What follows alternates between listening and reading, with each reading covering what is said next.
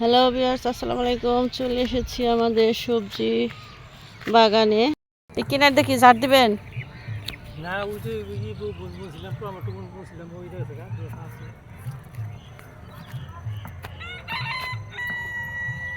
মানে আপনার ওই যে নে ওকে গাছে জাত পড়ে এদিক দিয়ে যাবো কেন? হ্যাঁ সব হ্যাঁ, এদিক দিয়ে লাউ গাছ দিয়ে দিবেন আর ওদিক দিয়ে অন্য কিছু। নে ও গাছই অন্ত মা এখন গাছটি যদি দরকার হয় আর এই যে এখানে ভিউয়ার্স দেখেন, পুরাটাই হচ্ছে মিষ্টি লাউয়ের বাগান। ভেতরে একটা দেশি লাউ গাছে যে মাচায় উঠে গেছে।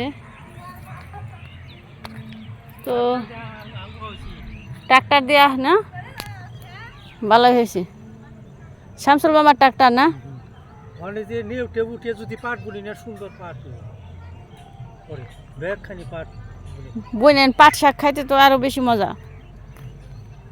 দিমু তো এত তুলে কি সরিষা শাক হ্যাঁ দেন অল্প করে তেলে।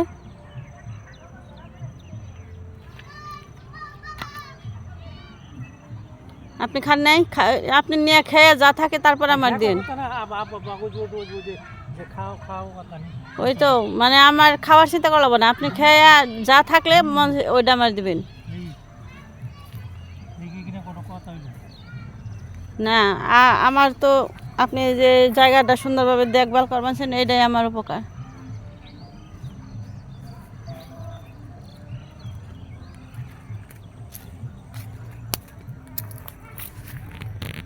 এই যে মূলা,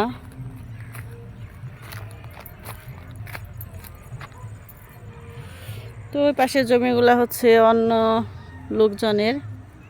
তো গ্রামের পরিবেশ দেখেন, এই যে কিভাবে এই পাশে কিছু ঘর বাড়ি আছে, তারা এই যে লাকড়ি বানিয়ে রেখেছে গরুর গোবর থেকে, এগুলো দিয়ে রান্না করবে, শুকা দিয়েছে।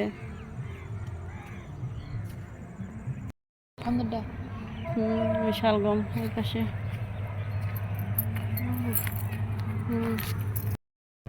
লাউ গাছ, মিষ্টি লাউ, দেশি লাউ, অন্যান্য সব কিছু হচ্ছে। আর নিজের ক্ষেত থেকে এই যে আজকে আমাকে সবজি শাক তুলে দিচ্ছে, সরিষা শাক। তো আজকে শাক নিয়ে যাব। সবাই পাশে থেকে সাপোর্ট করবেন।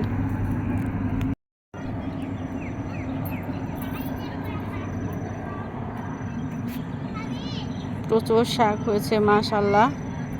বাড়িতে যে কয়দিন থাকবো তো নিজের ক্ষেতের সবজি খেতে পারবো, এটাই হচ্ছে আসল মজা।